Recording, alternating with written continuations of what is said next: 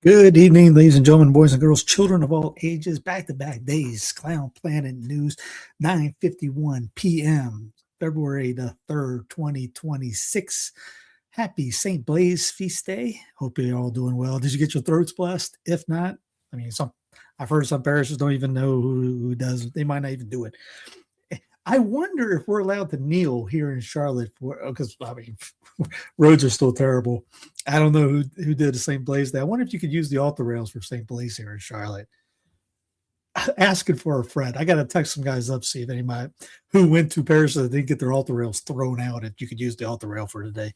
Because it makes it a little bit easier for a priest to put the now. I always grew up. Yeah, they were all standing when I grew up, so I'm sure they could do it, but much easier at the altar rail. I don't know. What do we know? Anyways, hope all you all doing well. I figured I'd do my own Groundhog Day right now. As here is Agorist Nexus Brandon says, I predict another year of high taxes, out of control spending, and a large intrusive government that knows no bounds. So in other words, he saw his shadow. So you don't need to have a Groundhog Day to get that one. It's pretty much truth any day, no matter if he sees the shadow or not.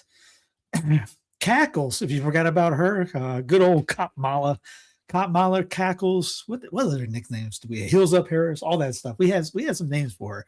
Oh yeah, I forgot because I challenged DJT that apparently I'm supposed to be some kind of closet Cackles fan. Anyways, Cackles came out. Here's Joe Bruno from North Charlotte News Channel here.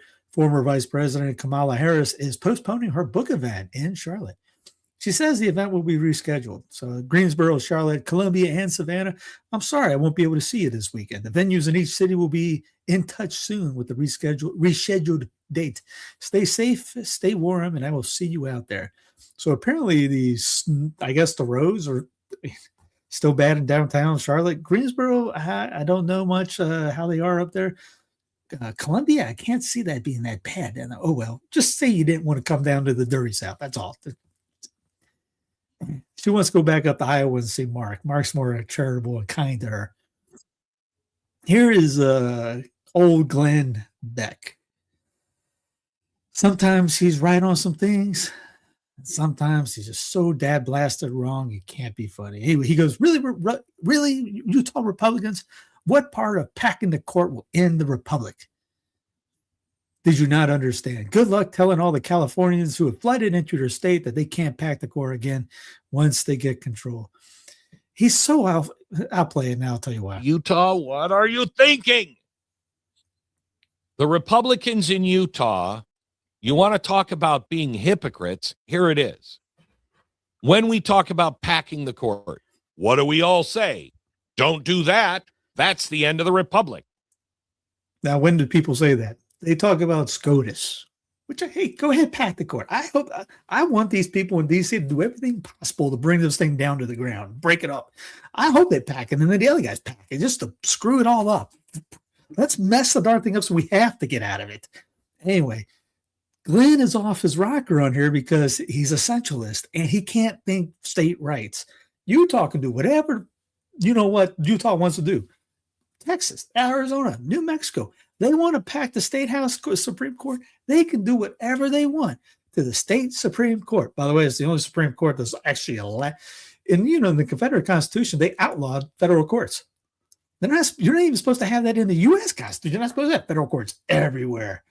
That was a problem that they saw, and we were like, we got to fix this up. No federal courts. You only have a state Supreme Court, and you have the federal Supreme Court. Nothing in between. That's it. You don't have 50,000 federal courts all over the place. Anyway, back to Glenn. It's always the end of the republic. When somebody starts packing courts, the next people that get in, they're like, oh, well, you changed that number, so I can change that number too. When he says it's the end of the republic, which republic? The big one or the small one? I mean, is Utah a republic? It is. Is Utah a republic, or is just the United States? Because it's a federal republic is the United States of America, because every state is a republic. So Glenn he's all over the place with his wording. Talk about imprecision. Pick one. He can't say that's a republic and that's a republic. It's one's a federal republic, as the saying used to be, republic of republics. Utah is pretty much entity. It has its own state constitution, has its own state Supreme Court, has its own judicial process, own legislator, House, Senate, has its own executive, has its own military, National Guard. Oh, darn it, I hit the wrong button. Where's the thing at? Back. Utah, what are you thinking? Being hypocrites, here it is. When we talk about packing the court, what do we all say? Don't do that. That's the end of the republic. It's always the end of the republic. When somebody starts packing courts, the next people that get in, they're like, oh, well, you change that number, so I can change that number too. We're going to have 12. We're going to have 20. We're going to have 30. We're going to have 55. You see Venezuela, you see Cuba, you see any country that has ever done this, they fall into totalitarianism because they realize they can just change the referees. They'll just add more referees, and they'll add the referees they like. So now he's bringing up, totalitarian.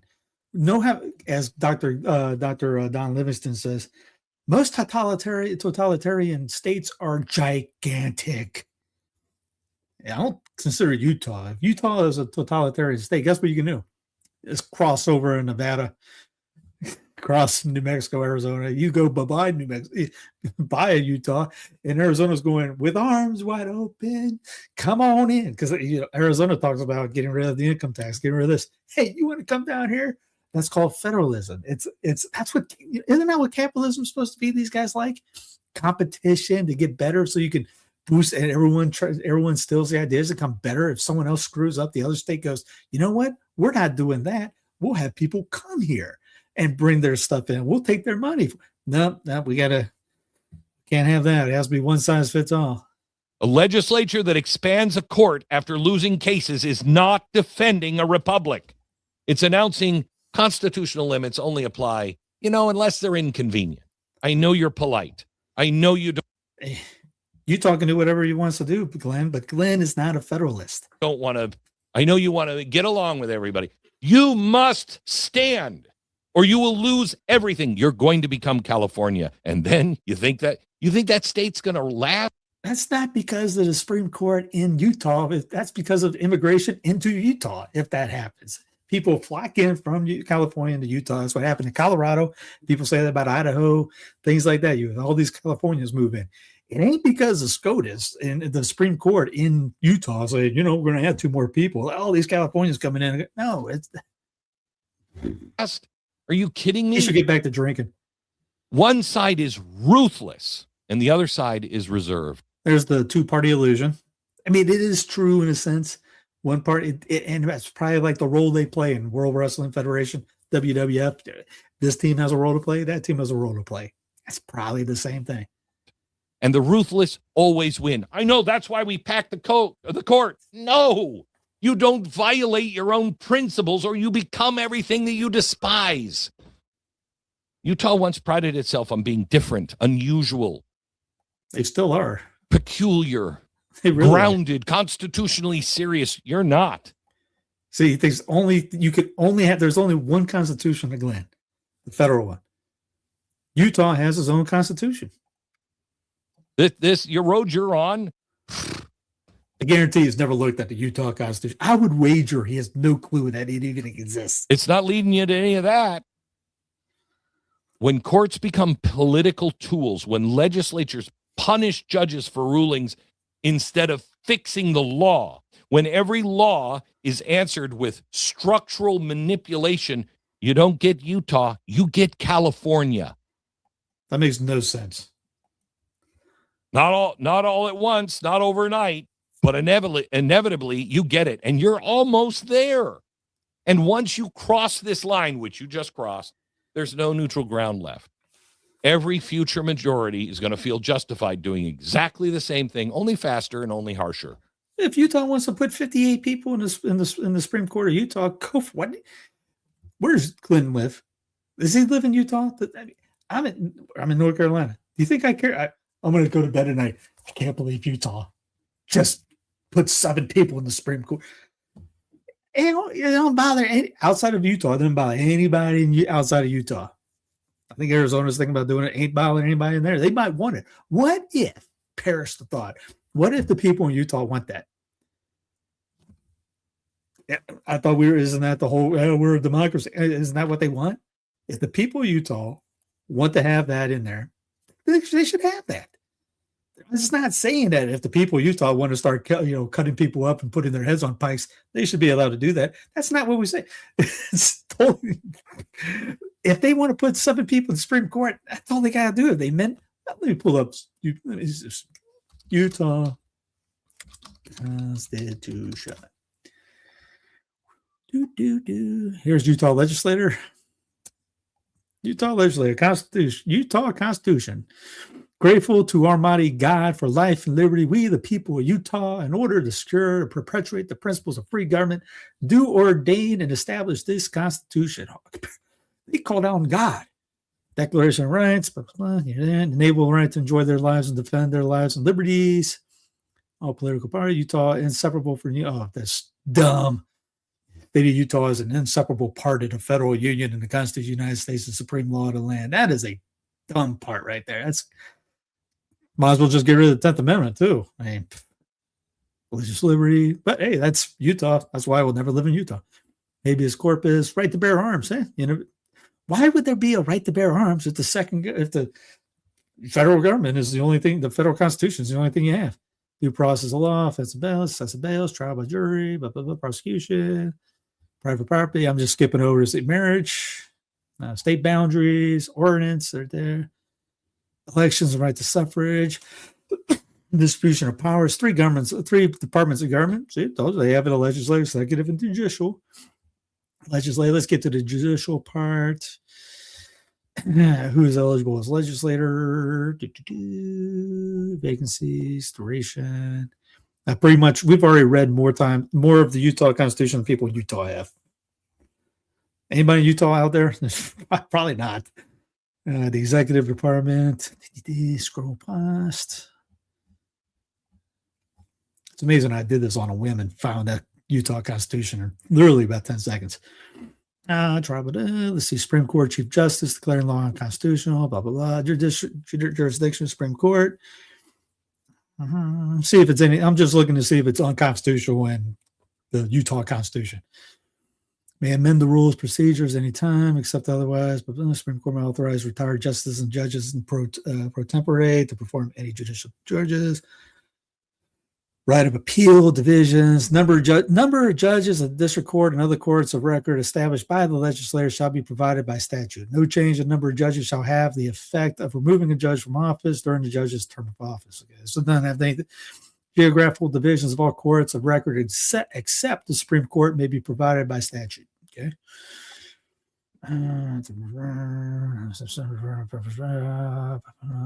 Judicial retention, restriction of justice court's not a record. Just assist counsel, compensation.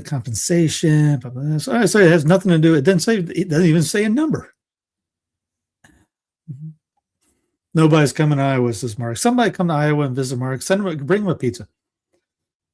Bishop Rockford today. Today's birthday. Happy birthday, Bishop of Rockford, Illinois. Bishop Malloy. Okay, cool. Happy birthday, Your Excellency.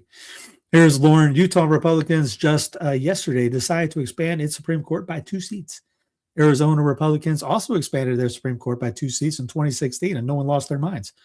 Georgia Republicans also expanded their Supreme Court by 2 seats in 2016. Nobody lost their minds. I watched Beck a lot, but I think it was 2016. No, I didn't. My apologies. But I don't think he went nuts. Fear mongering about Democrats packing the courts doesn't really work when Republicans are the only ones packing the courts.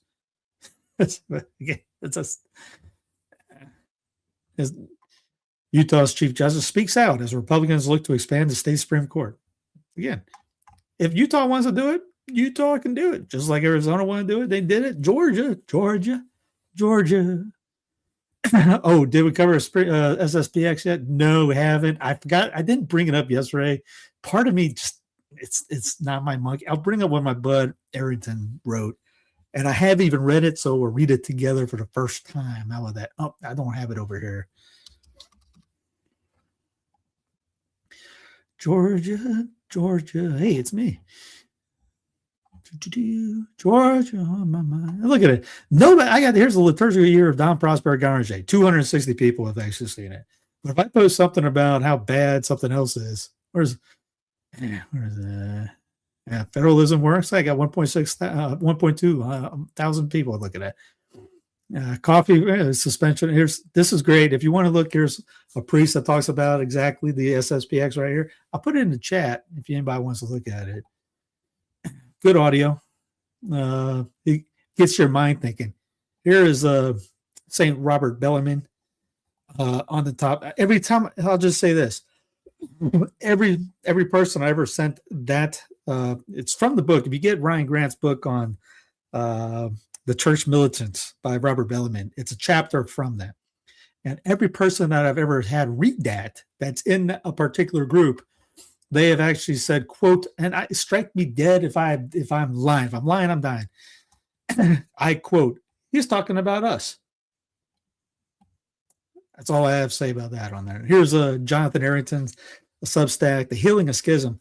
Above all mentioned by the desire to foster a healing of the schism with the movement of Monsignor Lefebvre, with the ecclesiastical intention of restoring the unity of the church, Pope Francis. There's he links to the Vatican, link right there. Quote, news reports and judgments made without sufficient information have created no little confusion about a plan whose contents were in reality unknown. Benedict, almost B16, and he links to the Vatican site for that.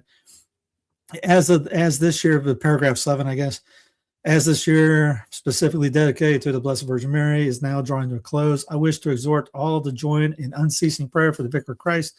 Through the intercession of Mother Church, addresses to the Father the very words of the Son, that they all may be one. That was from 1988, Ecclesia Day.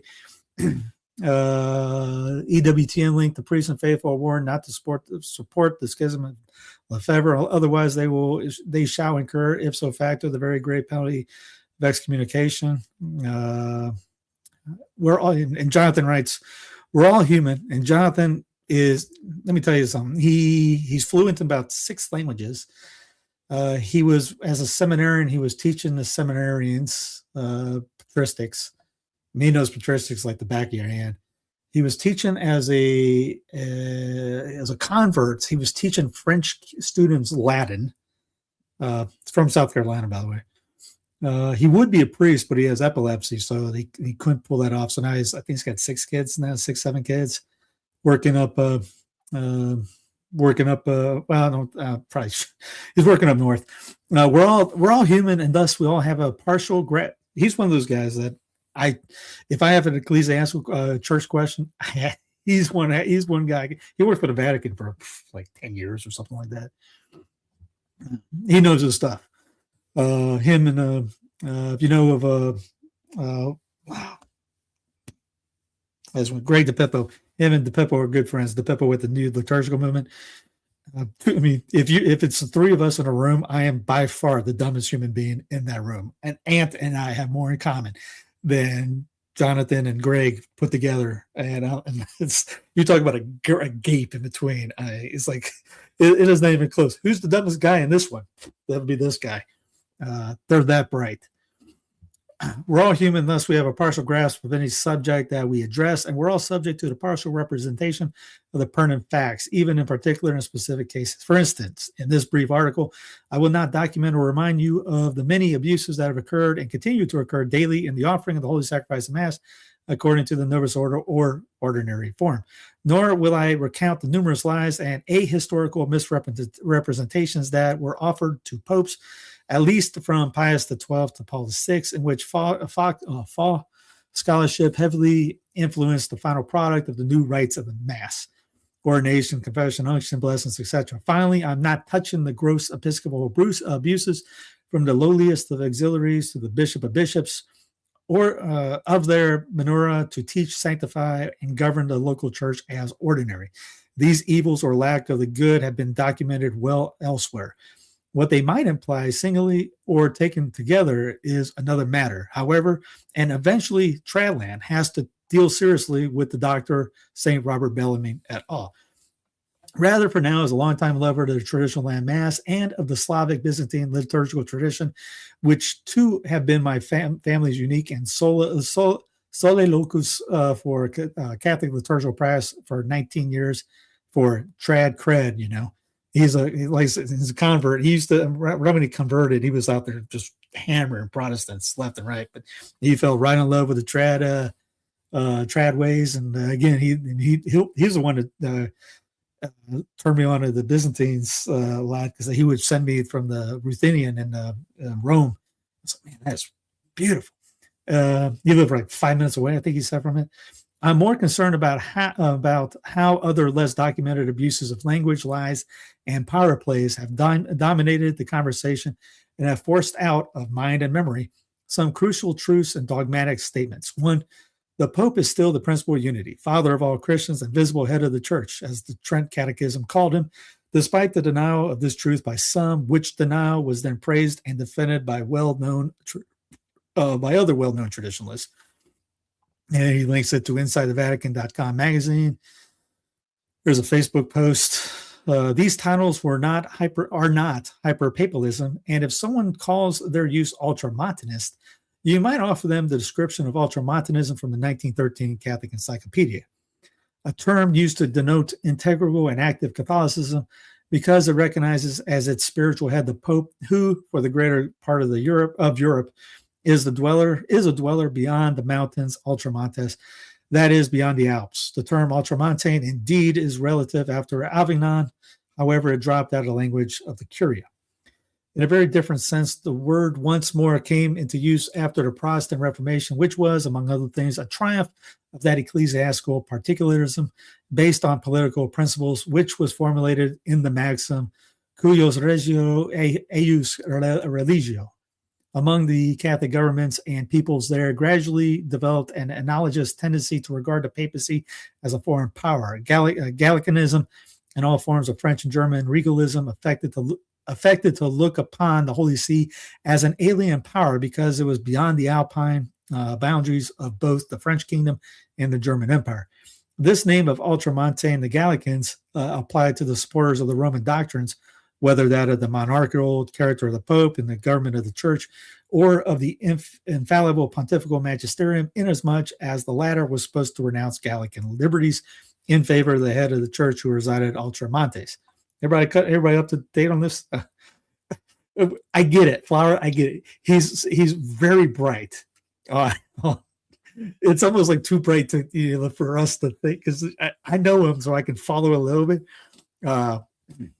He's building up to it. The war against ultramontanism is accounted for not merely by his adversaries' denial of the genuine Catholic doctrine of the Church's power and that of her supreme ruler, but also and even more by the consequences of that doctrine. This warfare by the rationalist Protestant modernist coalition against clericalism or ultramontanism is fundamentally directed against integral Catholicism, that is, against papal, anti-liberal, and counter-revolutionary Catholicism.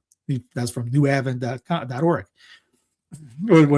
What he used to cite right there from the highlight. The ordinary in the particular place, Episcopus Loci, bishop of place, is and always has been the visible extension of the Church's unity from that visible head and Peter's successor to the successors of the apostles in different times and places. In fact, the bishop too is called caput, or head of the Lord's entire family, local church, despite tratty articles to the contrary. Yeah, I mean, if you read like Cyprian, where he says, quote, where the bishop is, if you're not, I'm paraphrasing, it's in that link by Bellarmine. Bellarmine cites him in paragraph 2. If you're not attached to the bishop, you're not part of the church in a sense. That's in session 24 of the Council of Trent on the Reform, chapter 1. Vatican II didn't create new doctrines about bishops, although it explained the teaching very well in Lumen Gentium. It is from St. Paul's pastoral epistles. He would teach St. Paul's letters from a Spanish Bible. If you just read it, because the quotes, the Spanish Bible that is literally was quoting all these Spanish saints and mystics. It's really cool. I got it up on defensivefidelity.com website. If you would, it's that good that I ended up copying it in word by word in the senseoffidelity.com Spanish section. St. Ignatius of Antioch, and once again found clearly in the Roman Catechism. The local bishop is also called high priest by many church fathers. Trust me, he knows his patristics in the original language. Many times by St. Thomas and other scholastic greats, as well as by Trent and later papal documents, and especially by the Latin and Greek liturgical traditions, which traditionalists should know. Yet, Father Dave Nix, a popular beneficantis, or whatever name you or they wish to call themselves, published an article that denied this, and that article too was praised by well-known traditionalists.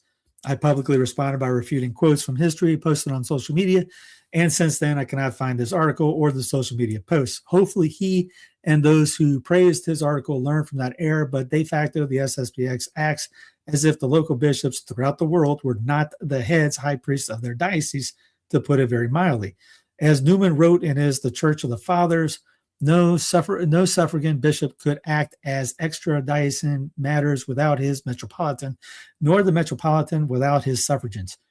The society bishops are neither metropolitans and make themselves suffragan to no one, hence extra wandering bishops of the various sedevacantists, SSPV, and probationist chapels, almost all who came from the society. Division from the local church breeds universal division. In any case, anyone who thinks the society is being traditional and how they handle bishops and priests should read the Roman Catechism Part 2. Placing pastors in parishes is how the church is always taking care of souls. And these pastors, as well as other priests who have illicit ministries in the Catholic Church, receive their faculty to teach, sanctify, and govern from local bishops who are in union with the Pope, or from whom, or from those to whom the Pope has granted the power to grant faculties. This is clear from Scripture, St. Clement, and the Tridentine Catechism, written to and for pastors explicitly. At length in this regard, the society seems to admit that they have a serious problem. They are not called pastors anywhere. They don't have parishes anywhere. They nevertheless arrogate for themselves all the normal parochial and pastoral duties as their roaming bishops with the local bishops' duties. One very partial misrepresentation that involves all three contingent points is the claim that the popes or church never called or do not call the society schismatic or in schism. You know, there's only a lack of unity, union, communion, oneness, and charity, agape. In the presence of disassociation, separation, break, wound, disunity, division, and rupture, so that the efforts of then Pope John Paul II and then Cardinal Ratzinger to preserve unity were to ensure the full communion with the church and to no avail, or more literally, according to the Latin, brought to nothing, and that Archbishop Lefebvre was said to have committed a schismatic act by JP2 in Ecclesia de Adflicta.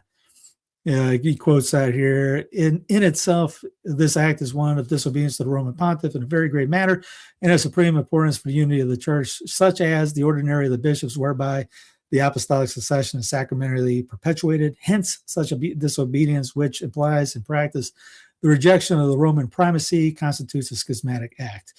In older documents, one would have surely found the harsh words, "They separated themselves from Christ's church.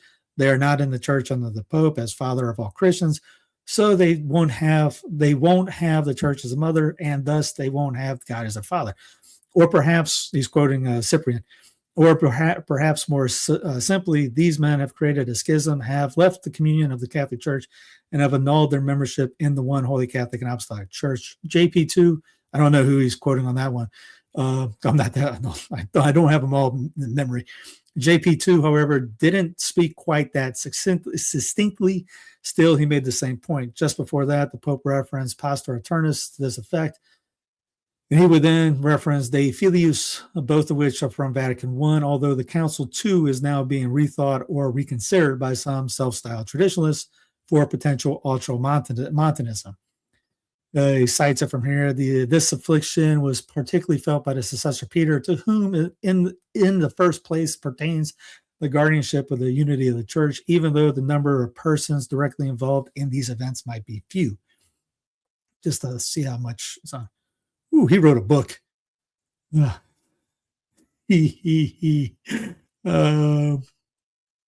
I could take the entire time, I guess, to read it.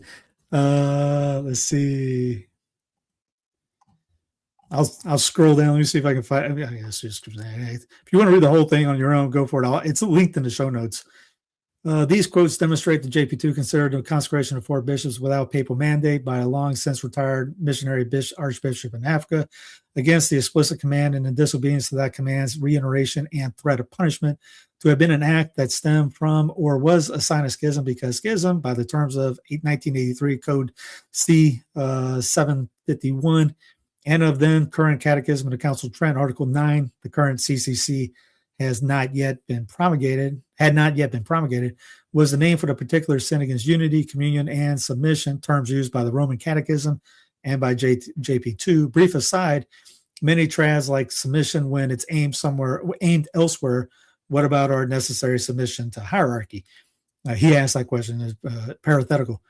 And as the Roman Catechism noted in Article 12 of Section 12, Article 9 on the Church, one can go from the schismatic to the excommunicate as a sort of healing or until they come to their senses. So the excommunication, although it was lache sententiae or immediate and due to the very act of the fact, was still seen as something beyond the schism, a punishment that's meant to be public so that shame and good sense shake the schismatic man from his non-servium and back to the communion of the Pope and the other bishops of the Catholic Church. This means that the lack of the presence or lack of excommunication in the language current in 1988, or at least was not intrinsically tied to schism, a word used by the Vatican in 1988. Oh, he quotes that the priests and faithful are warned not to support the schism of Monsignor Lefebvre. And then he goes into B16. Benedict, the blessed happy memory, remitted the penalty of excommunication, for which a hearty Deo gratias. Unless the remission of that ponia was never needed. And illogic persists when certain zealous defenders of the memory of Archbishop Lefebvre mention this remissio of the disciplinary punishment of excommunication sometimes, while at other times contesting that such was never necessary because he was not truly or licitly or justly or properly excommunicated in the first place. For now, we can leave the contradiction unresolved and just consider Benedict's statements regarding unity, division, and faculties. But we will see that Benedict writes something that contradicts the now popular claim about the excommunicatio. Bishop Fillet, written in the name of the 3 bishops, requested from the Pope the remission. Monsignor Bernard Fillet, writing also in the name of the other 3 bishops consecrated on 30 June 1988, requested once again the removal of the excommunication late sententiae formally declared by the decree of the prefect of the congregation for bishops 1 July 1988. Now from Summarum Pontificum, and here's the document right here, linked to it. Article 1, these 2 expressions of the church's lex orandi will in no way lead to the division in the church lex credendi, for they are 2 usages of the Roman Rite. Article 5, paragraph 4, priests using the missal of Blessed John the 23rd must be qualified and not prevented by law. This is paragraph 5. In churches other than parish or conventual churches, it is for the rector of the church to grant the above permission.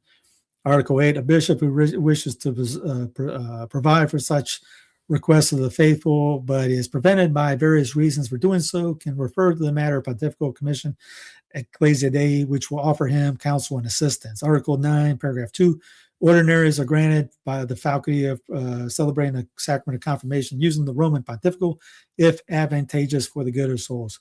Take a break. Reading. Yeah. Oh, just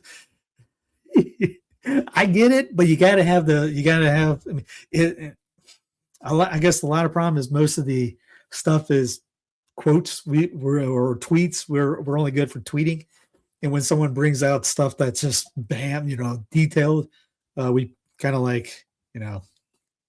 don't know how to work with it because most blogs are not this long. Let's see.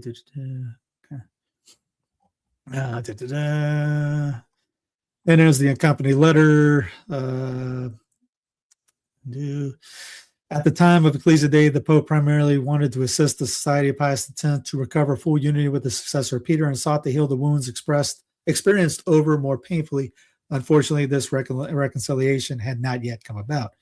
Each bishop, in fact, is the moderator of the liturgy in his own diocese, referencing Sacrosanctum Concilium 22, Nothing is taken away then from the authority of the bishop. It is also worth considering that what was written or authorized by B16 at the very time of the remission of the excommunications, not only because it is characterized by his humility of language and concern for verbal clarity, but also because they make clear that at that moment when the penalty of excommunication was remitted, what precisely was still lacking and what was still the case with the society. There was the profession and principle that the society recognized Supreme Pontiff, but Benedict speaks of a further doctrinal issue, which it seems is a refusal of communication with the world's Catholic bishops, and that's because he wrote a letter specifically about the act of the bishops. But Judge Benedict's words from a closer reading. First things first, and he links to the document. The gift of peace coming from the end of the Christmas celebrations is also meant to be a sign which promotes the universal church's unity in charity and removes the scandal of division. It is hoped that this step will be followed by the prompt and attainment of full communion with the church on the part of the Holy Society of Pius X, which will thus bear witness to its genuine fidelity and genuine recognition of the magisterium and authority of the Pope by the proof of visible unity. And from the letter that followed, many clarifications and piercing truths, and he links to this one too. The Pope's concern for reconciliation, a gesture of reconciliation with an ecclesial group engaged in the process of separation, thus turned into its very antithesis.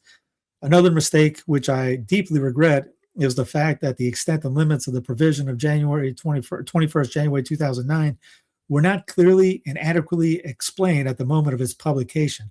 The excommunication affects individuals, not institutions. An episcopal ordination lacking a pontifical mandate raises the danger of a schism since it jeopardizes the unity of the College of Bishops with the Pope. Consequently, the Church must react by employing her most severe punishment, excommunication, with the aim of calling those thus punished to repent and to return to unity. 20 years after the ordinations, this goal has sadly not been attained. The remission of the excommunications has the same aim as that of the punishment, namely to invite the four bishops once more to return. The remission of the excommunication was the measure taken in the field of ecclesiastical discipline. The individuals were freed from the burden of conscience constituted by the most serious of ecclesiastical penalties. The disciplinary, is still quoted from the document, disciplinary level needs to be distinguished from the doctrinal level. The fact that the society does not possess a canonical status in the church is not, in the end, based on disciplinary, but on doctrinal reasons. As long as society does not have a canonical status in the church, its ministers do not exercise legitimate ministries in the church. There needs, and he boldfaces this one, there needs to be a distinction then between the disciplinary level, which deals with individuals as such on a doctrinal level, at which ministry and institutions are involved. In order to make this clear, once again, until the doctrinal questions are clarified, the society has no canonical status in the church, and its ministers, even though they have been freed of the ecclesiastical penalty, do not legitimately exercise any ministry in the church. Another part of it, for those communities and persons who, coming from the society or from similar groups wish to return to full communion with the Pope. And another part, leading men and women to the God who speaks of the Bible. This is the supreme and fundamental priority of the church and the successor of Peter at the present time. A logical consequence of this is that we must have a heart of unity of all believers.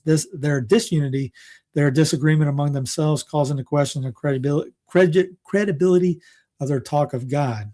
See, I guess this is another part. Yes, this is another part of the document. Can we be totally indifferent about a community which has 491 priests, 215 seminarians, 6 seminaries, 88 schools, 2 university-level institutes, 117 religious brothers, 167 religious sisters, and thousands of lay faithful? Should we casually let them drift farther from the church? I think, for example, of the 491 priests, we cannot now have mixed their motives.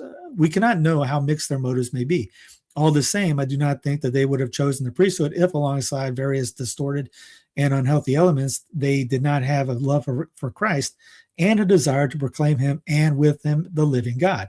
Can we simply exclude them, representatives of a radical fringe, from our pursuit of reconciliation and unity?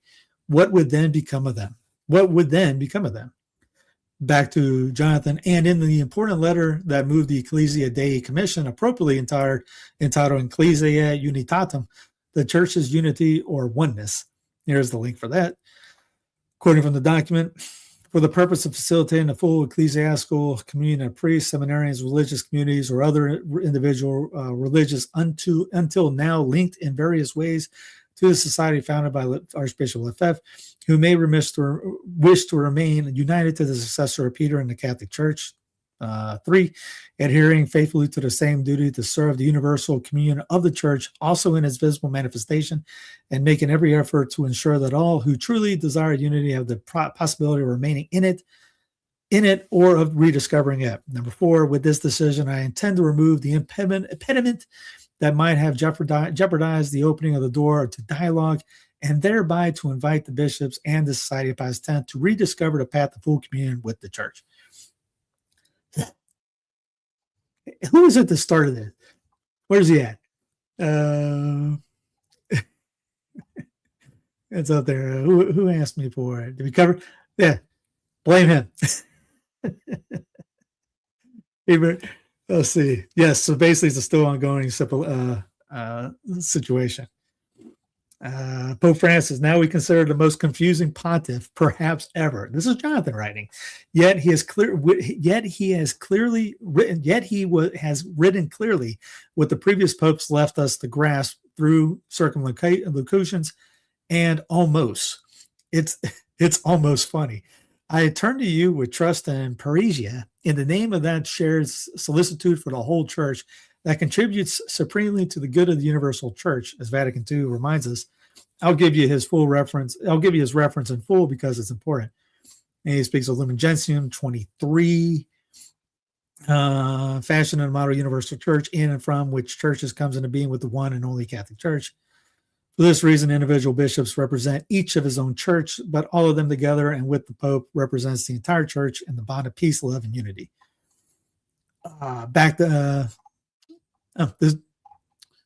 Okay, so Jonathan is writing here. The universal bishops who are in charge of particular parishes exercise their pastoral government over the portion of people of God. Oh, no, this is Lumen Gentium still. Sorry, my bad. Mea culpa. Back to Francis. The faculty granted by the indult of the Congregation of Divine Worship in 1984 and confirmed by St. John Paul II in a motu proprio Ecclesia Dei in 1988 was above all motivated by the desire to foster the healing of the schism with the movement of Monsignor Lefebvre. With the ecclesiastical intention of restoring the unity of the church, the bishops were then thus asked to accept with generosity the just aspirations of the faithful who requested the use of that missal. To close, and lest anyone respond to this collection of references with hyper-papalist, magisterialist, ultramontanist, neo-scholastic reductionist, or legal positives, rather than with a careful refutation of the patent meaning of those reference statements from the relevant church authorities, let such a one note the words of the popes who have addressed the society as a group that should be under the church's authority, in a submission to the hierarchy, but most of all, in obedience to and for the love of Jesus Christ, the invisible head of the church, as the Roman Catechism puts it, Ecclesia Dei ad ficta, the particular circumstances, both objective and subjective, in which Archbishop Lefebvre acted, provide everyone with an occasion for profound reflection and for a renewed pledge of fidelity to Christ and his church. Prefatory letter to Traditionis Custodes, the rejection of the church and her institutions in the name of what is called the true church. One is dealing here with a comportment that contradicts communion and nurtures the divisive tendency. I belong to Paul. I belong to Apollo. Instead to Apollo, I belong to Cephas. I belong to Christ. Back to John. Still, one might complain about the recent popes as if their words were not normative. They're modern, after all. So let us truly close with the words of Pius XII, noting that many have taken his words and cut some or even much of the content. Thus, you'll find these pertinent quotes, the respective paragraphs, and a hyperlink to look at them more closely. The sacred liturgy does, in fact, include divine as well as human elements.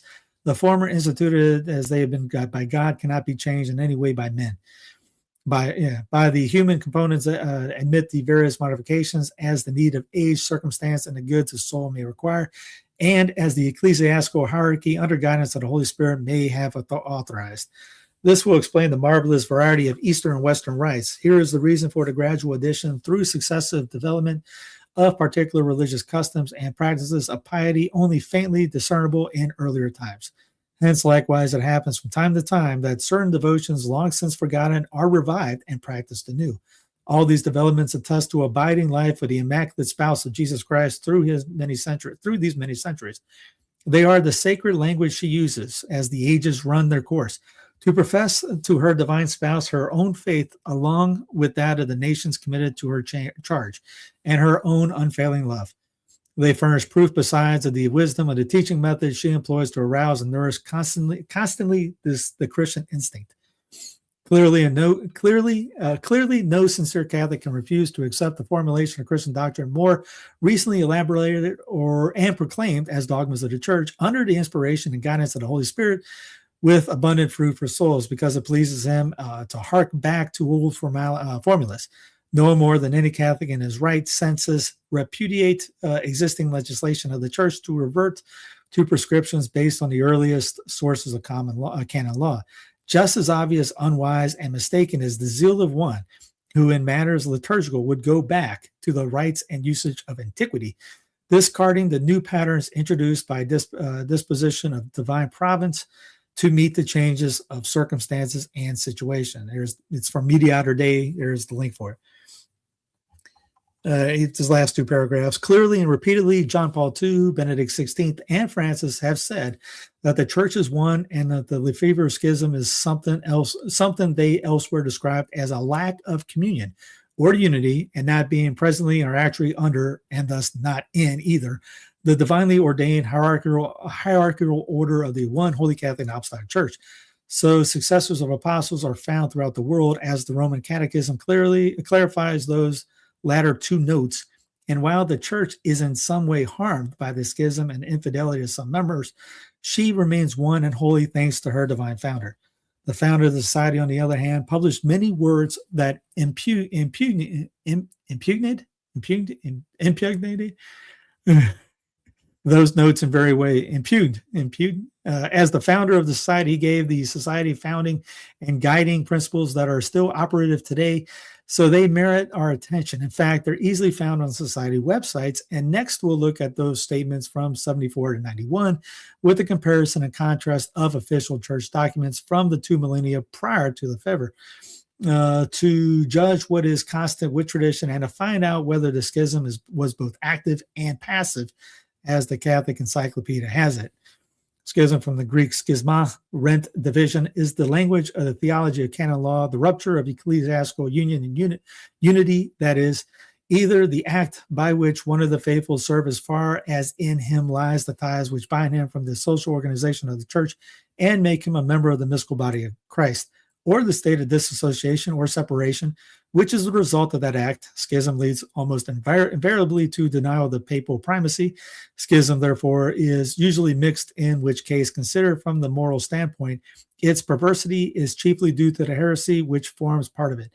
In its other aspect, and as being purely schism, it is contrary to charity and obedience, to the former because it severs the ties of fraternal charity, to the latter because the schismatic rebels against the divinely constituted hierarchy. Formerly, a man was rightly considered a schismatic when he disregarded the authority of his bishop.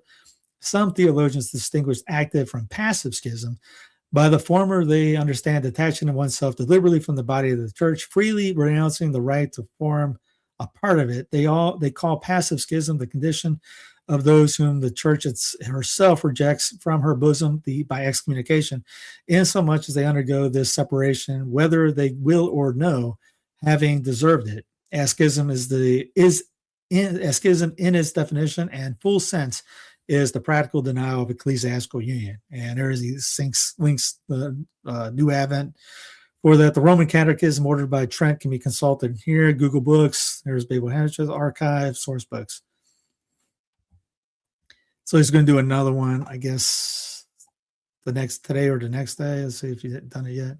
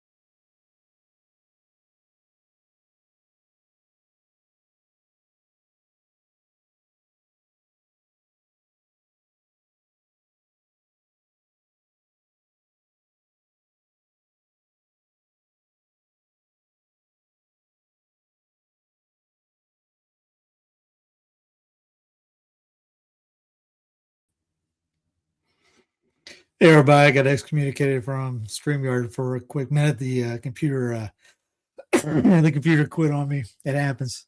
Happens all the time. Usually it happens before I start doing this, but today it didn't. Let's get right back to it. Sorry about that. Here we go.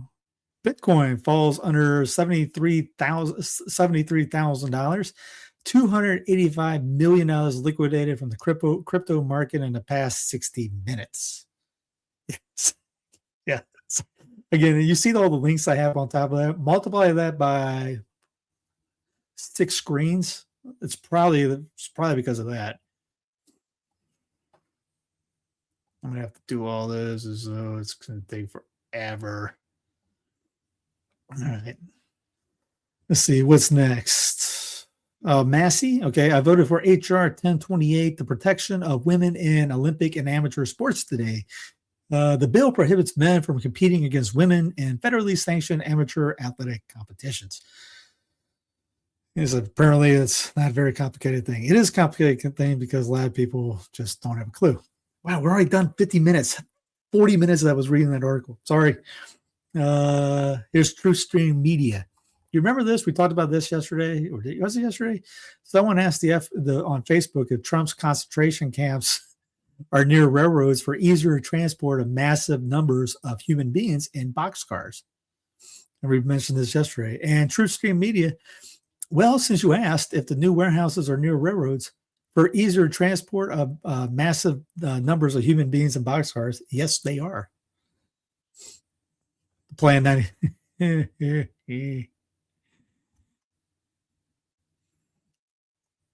Here's Nicki Minaj, is that how you say it? Is now teaming up with Elon Musk and once a future king president DJ Trump in calling for nationwide voter ID laws to prevent election fraud. She argues Democrats are prioritizing migrants over long-time voters.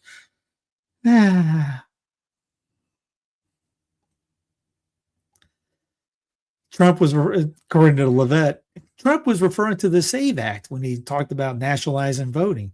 Quote, I don't think any rational person who's being honest with themselves would disagree with the idea of requiring citizens of this country to present an ID before casting a ballot. No one's saying that. I just don't want digital ID. Here's now the SAVE Act update locks in voter ID, proof of U.S. citizenship to register, and mandatory roll cleanups. This is baseline election security.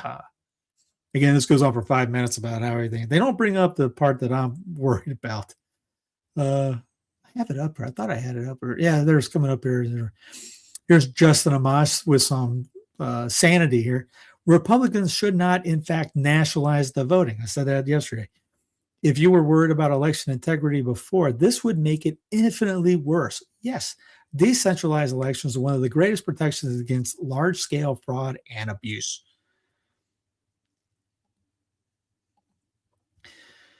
Generals thinking in their masses, just like witches at black masses. War Pigs Edition, antiwar.com. Israel has killed at least 529 Palestinians in Gaza since signing the ceasefire deal. Hey, look at that. They're okay.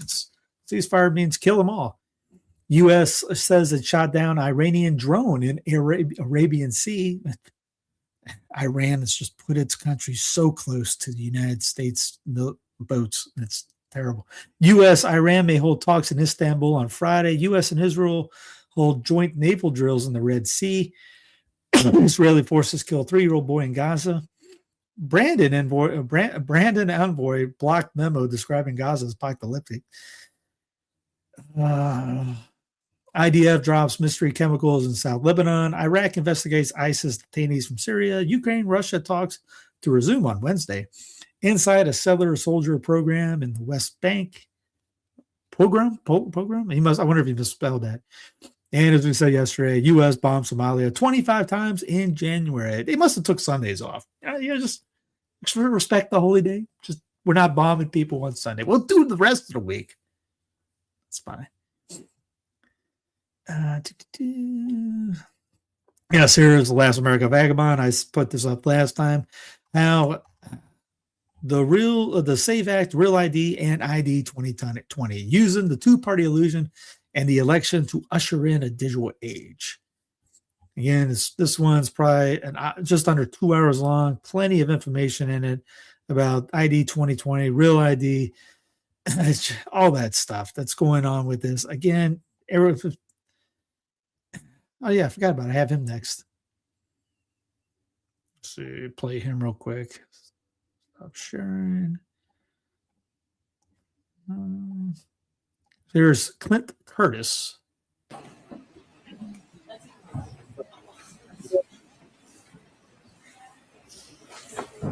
2000, I wrote a prototype. Mr. Curtis, are there programs that can be used to secretly fix elections? Yes. How do you know that to be the case? Because in October of 2000, I wrote a prototype for President Congressman Tom Feeney at the company I work for in Oviedo, Florida, that did just that. And when you say did just that, it would rig an election? It would flip the vote 51-49 to whoever you wanted it to go to and whichever race you wanted to win. And would that program that you designed be something that elections officials that might be on county boards of elections could detect? They'd never see it. Mr. Would you answer that question once again? They would never see it. So how would such a program, a secret program that fixes the election, how could it be detected?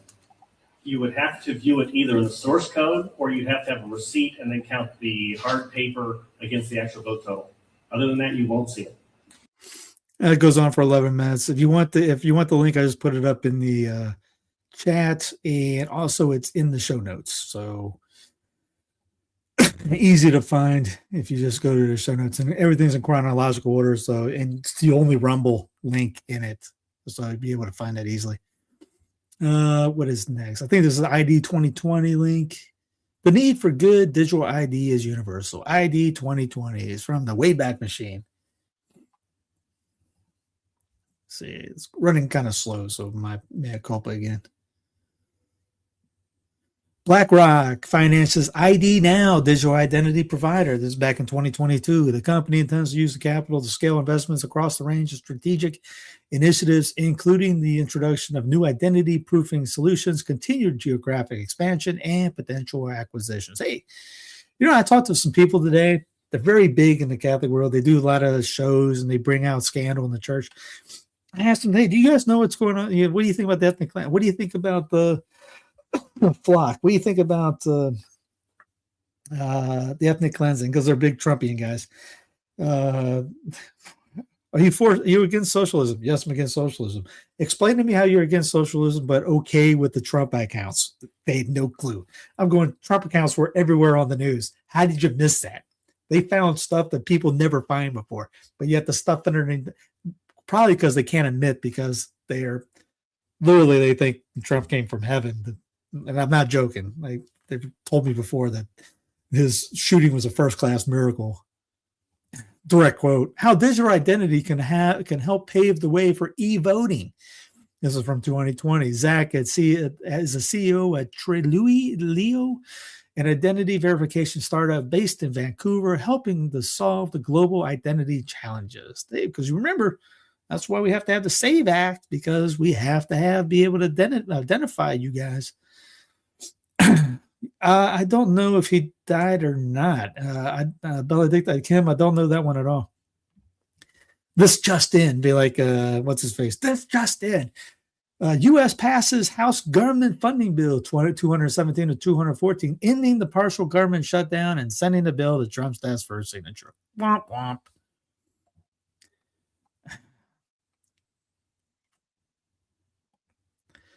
Here's President Trump signs bill reopening the U.S. federal government.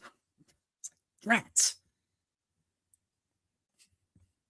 POTUS reveals the new funding bill ends funding for NPR, PBS PBS.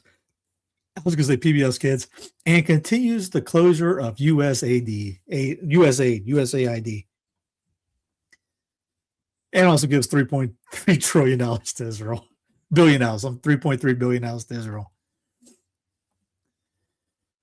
Chris Ann Hall goes, first off, here's Mike Lee. My friend, the one who's kind of a big deal, really liked my post about why the SAVE Act is both necessary and an appropriate exercise of federal power, which it's not. Trump gets it. Here's the problem with the facts and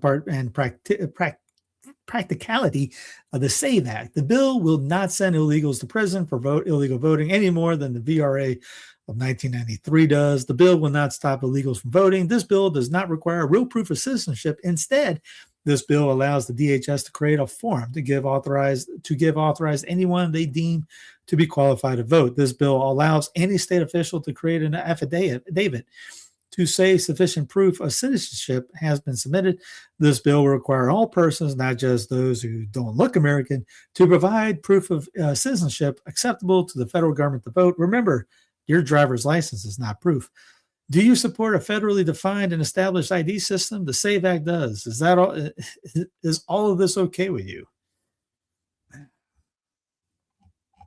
Again, it's, as I said, they're using the two-party illusion to bring this in. The red-headed libertarian in the bill, because Massey said, I voted against the bill to bring this omnibus forward for a vote. Here's the breakdown of some of the most ridiculous items included in the omnibus and some American First items that were not. I offered amendments to correct these errors, all of which were blocked or refused. She goes, in the bill, $5 billion welfare to illegals, $3.5 million to the CIA, $3.5 billion to Israel, $3.5 million to CIA, $3.3 billion to Israel, another $500 million to Israel, $1.5 billion to Egypt, $2.1 billion to Jordan, $700 million to foreign AIDS, HIV, MAGA baby. As Massey says, $5 billion to provide cash benefits, daycare, healthcare, job programs to refugees on the taxpayer's dime. Yeah, again, breakaway, declare independence, secession, all that. That's the only way forward out of this. You think your team just did that? All you, the fake right, the fake MAGA people who have no clue or even have their heads shoved in the ground somewhere, who do not want the Nile is not just a river in Egypt. Come on, what is this? $315 million to fund the CIA's branch of the State Department that propagandizes and destabilizes the globe and has a particular interest in censorship and attacking conservative media outlets. $3.3 billion to Israel. Oh, and an extra $500 to Israel. $1.5 billion to Egypt. Got to make sure we cover both sides of the Suez. We can't let the Jordanians feel left out. $2.1 billion. Nearly $700 million for foreign HIV/AIDS. This is certainly what I think about when buying groceries back in Kentucky. We could keep going with the ridiculous provisions baked in, but we can't leave out the American First items Republican leadership refused to include. Refused. My amendment to prevent the government from installing a kill switch in your personal vehicle. Blocked. My amendment to freeze the funds for daycare fraud. Blocked. My amendment to stop warrantless surveillance of Americans via loopholes in the FISA, Foreign Intelligence Surveillance Act. Blocked. My amendment to end the propagation of U.S. citizens by the State Department and the U.S. agent for global media. Blocked. My amendment to stop this creation of the central bank digital currencies, CBDCs, if you're nasty, that will be used for financial surveillance and control of your wallet. Somebody, it's told you so Tuesday. Yes. And most importantly, block the inclusion of the SAVE Act to protect our elections from illegal aliens, the top priority for conservatives.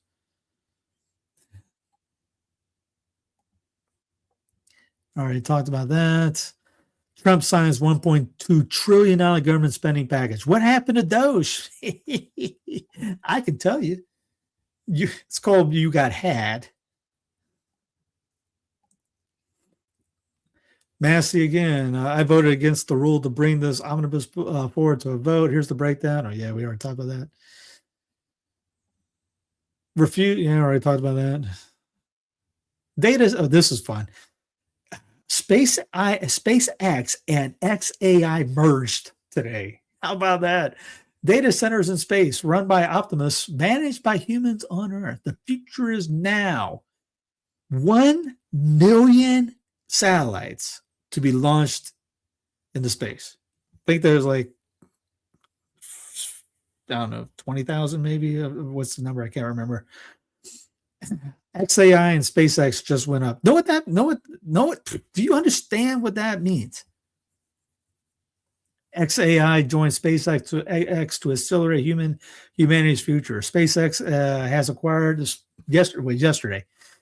XAI to form the most ambitious, virtually integrated innovation engine on and off Earth with AI, rockets, space-based internet, direct-to-mobile device communications, and the world's most real-time tracking system, information and free speech platform. Did I say tracking system? How dare I?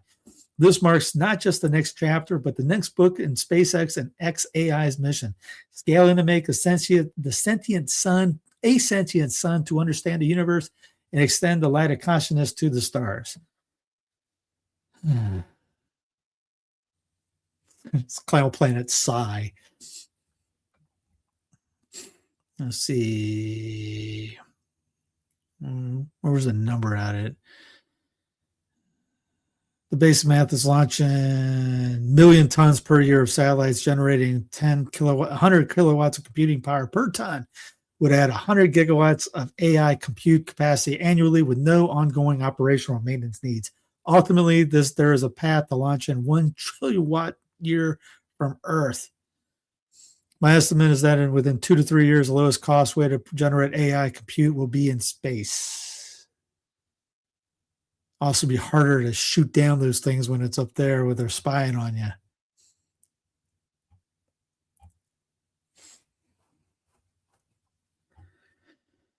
If you want to look at all this, it's all in the show notes. But yeah, 1 million satellites going up pretty much to spy on you and do whatever wants else to do. Technocratic prison being built. Congratulations to Palantir, not only for its centralization of radically strengthened domestic surveillance state under its control, and not only for rapidly expanding the powers of the U.S. security state to new dystopian levels, but also getting endless contracts from the U.S. government. Palantir achieves another revenue record with $1.41 billion quarter. Data company criticized for its role in the Trump administration immigration crackdown, post profit of $609 million. Wall Street Journal. Mel, she was posting, the State Department will transfer more than $6.5 billion in military aid to Israel, including Apache attack helicopters and armored ground vehicles without completing the usual congressional review process. Mel, this is another $6.5 billion on top of the $8.6 billion for new F-15s approved last month, which itself was in addition to the $3.8 billion guaranteed yearly under the MOU. MAGA. Elon Musk dramatically summoned to Paris for interview after X offices are raided. Tech billionaire Elon Musk has been summoned to the French headquarters of X. I didn't know there was the headquarters of X is in France after it was reportedly raided by law enforcement. Breaking news: Furious Trump threatens to sue huge star over Jeffrey Epstein joke at Grammys. Oh, give me a break. All right, let's click. See who he's talking about. Threatens to sue Trevor Noah over Jeffrey Epstein joke at 2016 Grammys. Trump has hit it out of that. So what do you say?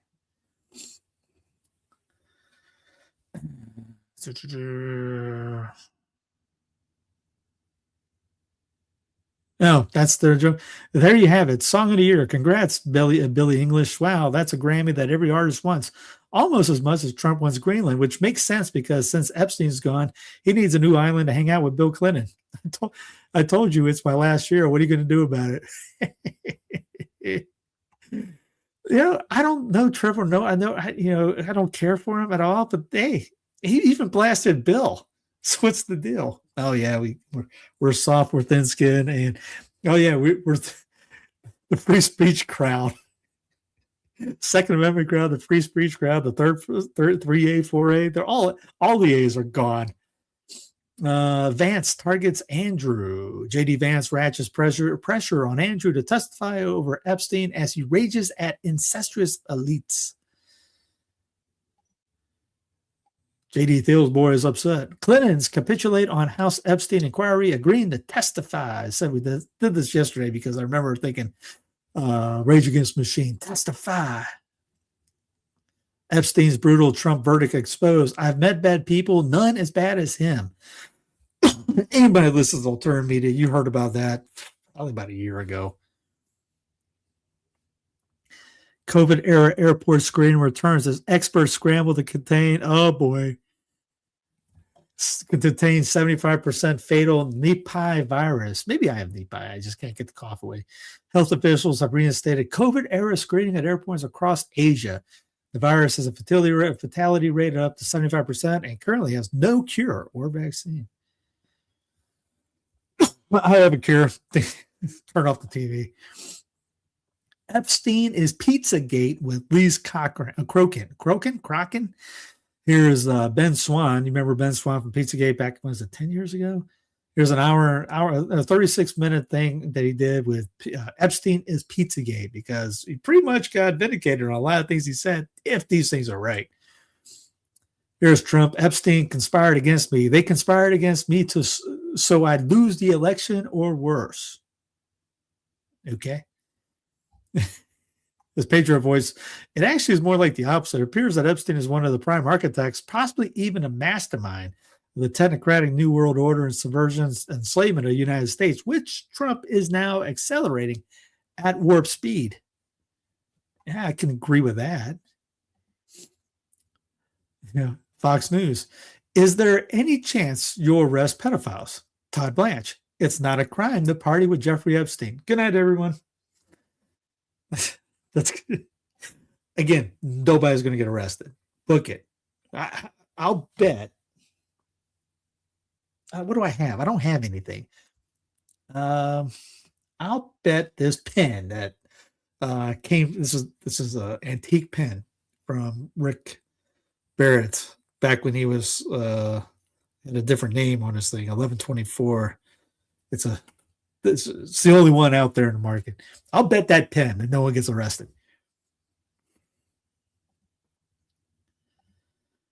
There's Ben Swan. 10 years ago, Pizzagate was by far the number one trending topic on Twitter. But the claim of pedophile elites who preyed on children were so insane that Pizzagate was shrugged off as a wild fever dream of a conspiracy theory. Did it on regular TV news. But then just days ago, the largest dump of Epstein files revealed that what some of us had been telling you for a decade. Pizzagate is real. Not that there's a pizza parlor in the center of a child trafficking ring, but child trafficking rings run by some of the most powerful people in the world do exist.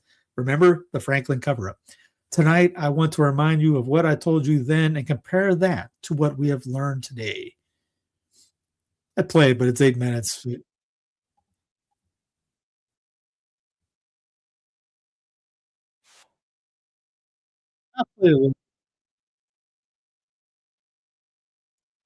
Remember the Podesta brothers? His close relationship with Dennis Hastert, the former Speaker of the House, who was recently sentenced to 15 months in prison for abusing boys years ago.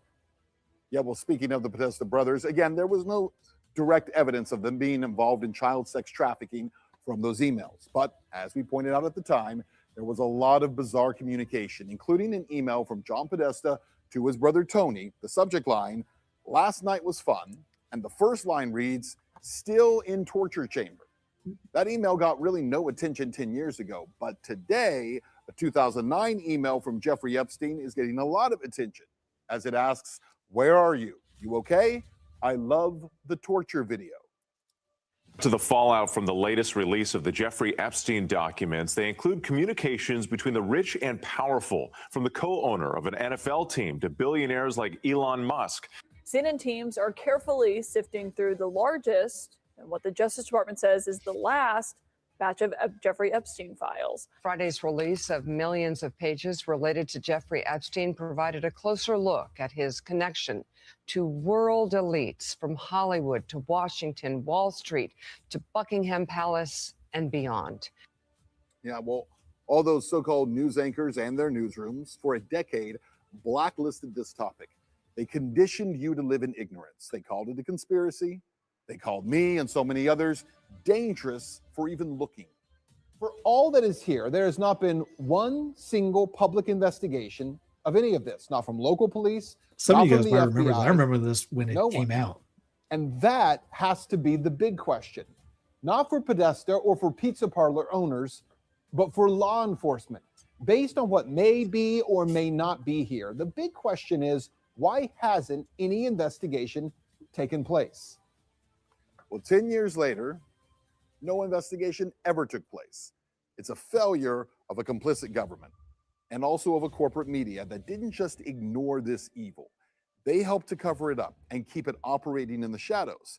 See, by refusing to engage honestly in 2016, by choosing mockery over investigation, by silencing questions instead of asking them, they created the very environment where this evil could thrive. See, they didn't kill bad. Anyway, you want to watch the whole thing? The entire thing is on the show notes, so check that out. I haven't watched it yet. I'll play it. I'll play it when I'm doing something tomorrow or for the next day. U.S. military shoots down Iranian drone approaching USS Abraham Lincoln in the Arabian Sea, officials say. CENTCOM says the F-35C fighter jet from USS Abraham Lincoln shot down an Iranian drone in self-defense. And more on the Epstein thing. Here's the Epstein files. Is this about accountability or pacification? Brian Christian today, he started this one probably about 3 hours ago. Haven't watched it, but he's got plenty of links underneath already in chronological order. How long is this one? I haven't watched it yet. 2.5 hours. Because again, remember, 303 million pages, and some of them sound kind of weird. So you have to comb through all of them to figure out what is legit, what's not legit, and what is even meaningful. Here is Caitlin Johnstone. Trump, I am bought and owned by the world's richest Israeli, Miriam Adelson. Trump, I advance Israeli interest in exchange for Zionist funding. Person reading the Epstein files. I'm beginning to suspect some of our leaders may be covertly compromised by Israeli operations. Here's Dominic Michael Stripier. New Epstein documents reveal individuals involved in the investigation believed Epstein and Ghislaine Maxwell were Mossad agents trying to blackmail leaders throughout the political world. Wow, that's a told you so Tuesday. We've known that for decades. Let's see. Here's Mel. I will always vote for whatever Israel needs, military, financial, intelligence, whatever is necessary. Statement. That's what Fetterman said. Statements like this should be seen as missions of subversion. This man clearly holds loyalties to a foreign country, cannot be trusted, and should be removed from office immediately. Pretty much, yeah. Representative Jim McGovern. This isn't some anonymous tip. This is sworn testimony under penalty of perjury from someone who said Trump threatened to kill her if she exposed Epstein's sexual abuse. Brian Krasenstein. Proof that the DOJ is scrubbing Epstein files with Trump's name in it. Today, there are 1,513 results for Donald Trump. Yesterday at 9:15 a.m., there were 199 more files, so 1,712. If they are doing all this in front of the public, just imagine what they did behind closed doors.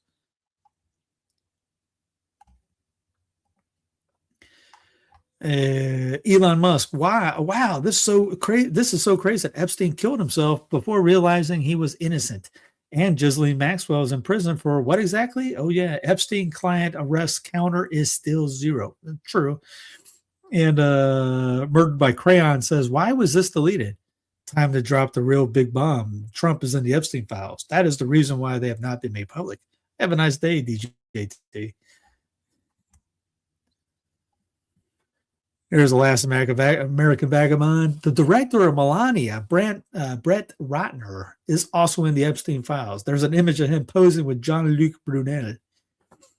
David E.K. Carlson is promoting the Melania movie. Is this what independent media has now become?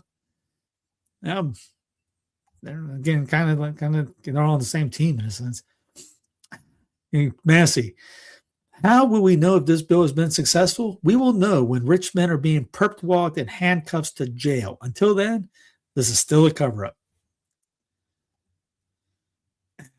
This is great. Chris Brennan. 0 tweets from libs of TikTok on the new files. These guys are all just cheerleaders, libs and all them. As of right now, he's right. Check for yourself. And look at the thread. All of these people he's showing who walked out with holding up those binders, most transparent administration, are not just quiet. They're going to radio silence. How revealing is that? Here's talking about the new thread. 0 tweets from DC Drano. 0 tweets from Scott Pressler. I thought that was I don't know. Is that a he, she? Is that really just a dude with long hair? 0 tweets from Liz Wheeler on the new files. 0 tweets from Chad Prather on the new files. Well, I don't even know who that guy was. Jack Posabiak retweeted 2 tweets about the new files, calling them a hoax. Chernovich is the only one from the original Binder influencers not ignoring the new files.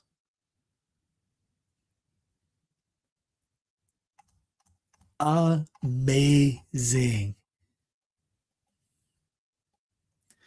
Boy swims 4 hours. Here's some good news. Boy swims 4 hours in rough seas to save mother and siblings off Western Australia. Talk about courage, because that's shark-infested waters, isn't it? Or am I wrong?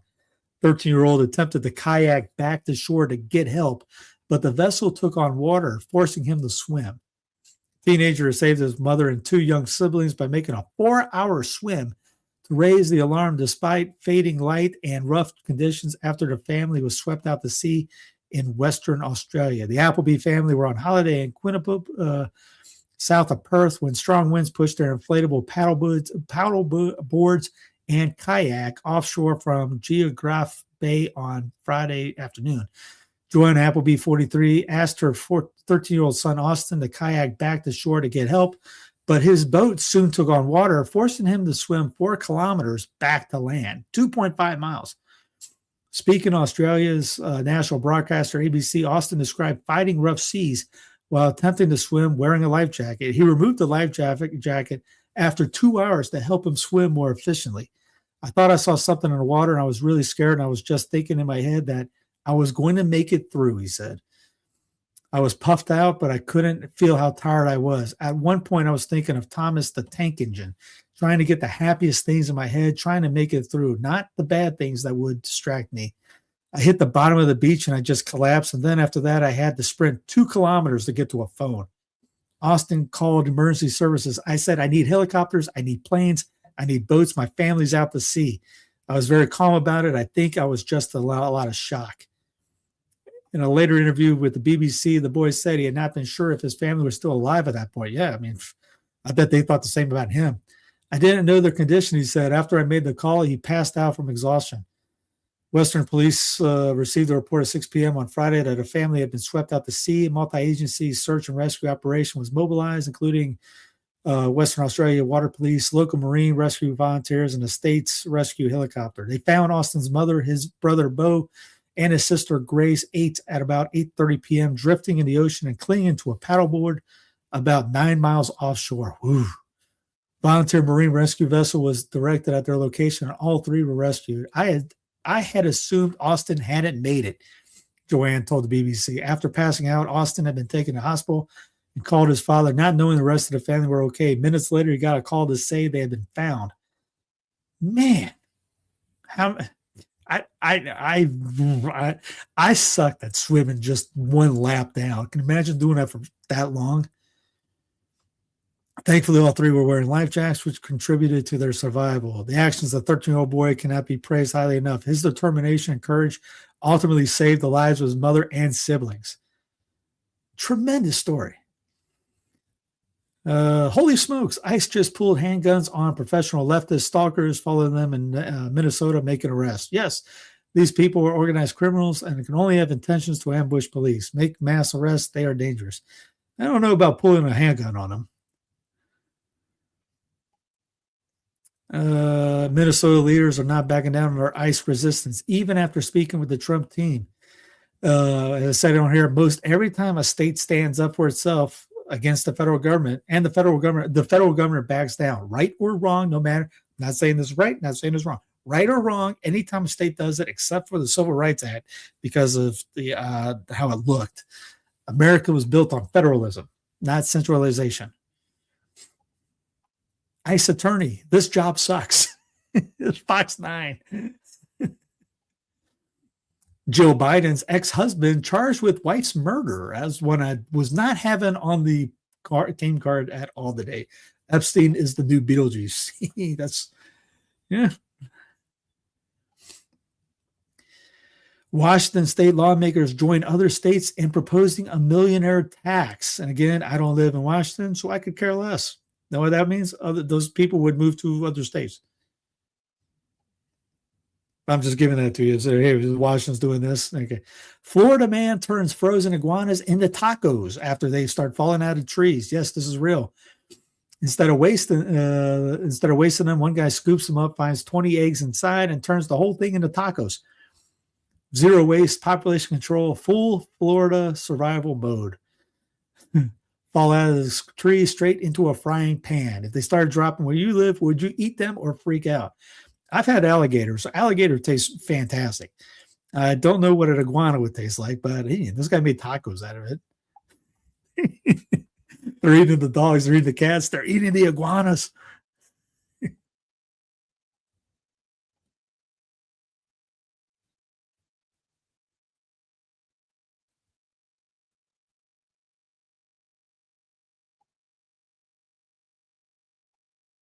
So rather than let this He says they're delicious. Call them chicken to the one trees. go to waste, we're gonna make tacos. This next part I'm not gonna show because I don't want the video to get taken down, but we have to humanely dispatch and clean this guy.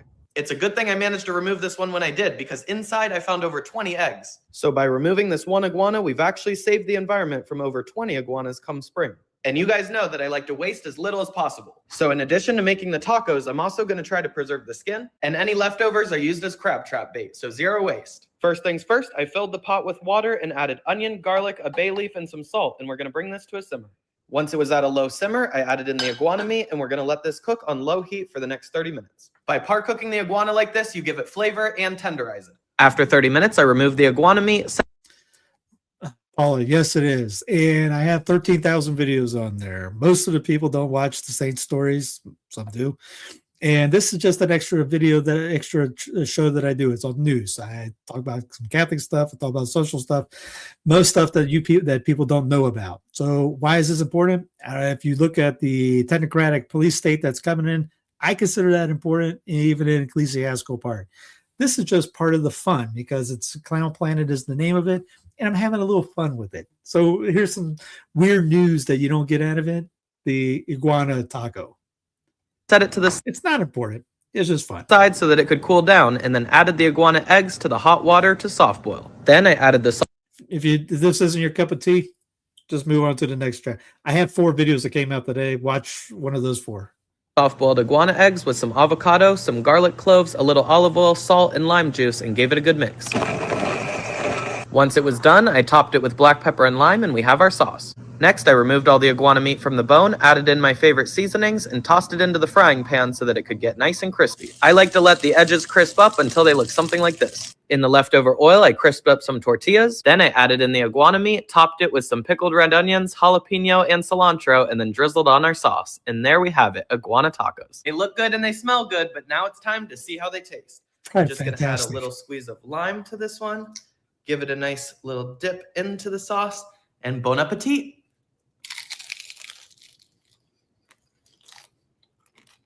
Oh, I bet that is fantastic. Yes, like I said, I've had alligator. Most people probably have had alligator. Maybe you haven't. It does taste like chicken. There's hundreds of manatees putting on a show this morning. The air was 20 degrees, but the water was still spring-like at 72. As it always is, in Three Sisters Spring in Crystal River. It's always fun. You want to bring us some Catholic religious thing? You look at the nature and how that all works. It is fantastic. We watch a lot of nature shows because my kids love animals. So yeah, he won't go hungry. He's got an abundance of iguana falling out of the sky. He'll be like, hey, what are we having? Iguana and eggs. What are you having for lunch? Iguana ham sandwich. This day in history. Let's see what's going on today. 1690, paper money is printed in the Massachusetts Bay Colony. 2005, Alberto Gonzalez was sworn in as Attorney General of the U.S., becoming the first Hispanic to occupy the post. 1995, Aileen Collins becomes first woman to command a space shuttle mission. 1975, Egyptian singer Kulthum died in Cairo. 1960, the Italian dramedy La Dolce Vita Was directed by Federico Fellini as world premiere. 1959, American rock and roll singer Buddy Holly was killed in a plane crash. 1924, former U.S. President Woodrow Terrible Wilson was president when the U.S. entered World War I because he actually said he wasn't going to go to World War I. He lied to everybody. Died at age 67. 1917, not yet involved in World War I, the U.S. broke up diplomatic relations with Germany after Germans announced their intention to practice unrestricted submarine warfare. 1913, the 16th Amendment to the U.S. Constitution granting Congress to the authority to levy income taxes was unfortunately ratified. The first time that came to a bill was Abraham Lincoln in 1861 put together the first income tax proposal. And then in 1913, the 16th Amendment, his idea became law. And now Congress, U.S. steals 40% of your income every year. Was the joke you have to work till April 1st to start making any money? 1874, avant-garde writer Gertrude Stein was born. 1870, the 15th Amendment to the U.S. Constitution was ratified, guaranteeing Americans the right to vote regardless of race, which South was already talking about doing anyways. There was actually guys like John C. Calhoun talking about how women will eventually, and slaves at the time would eventually be able to do all this because he was kind of like a progressive in the mind. It'll have gradually increased to these guys. 1865, in a personal meeting with Confederate representatives, U.S. President Abraham Lincoln offered liberal pardons in exchange for the South quitting the war for Southern independence, with reunion as a precondition of peace, an offer that was rejected because they wanted independence.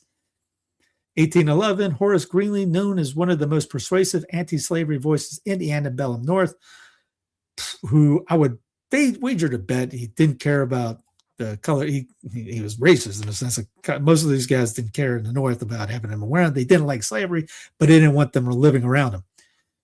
1468, Johannes Gutenberg, who mechanized printing press, died in Mentz.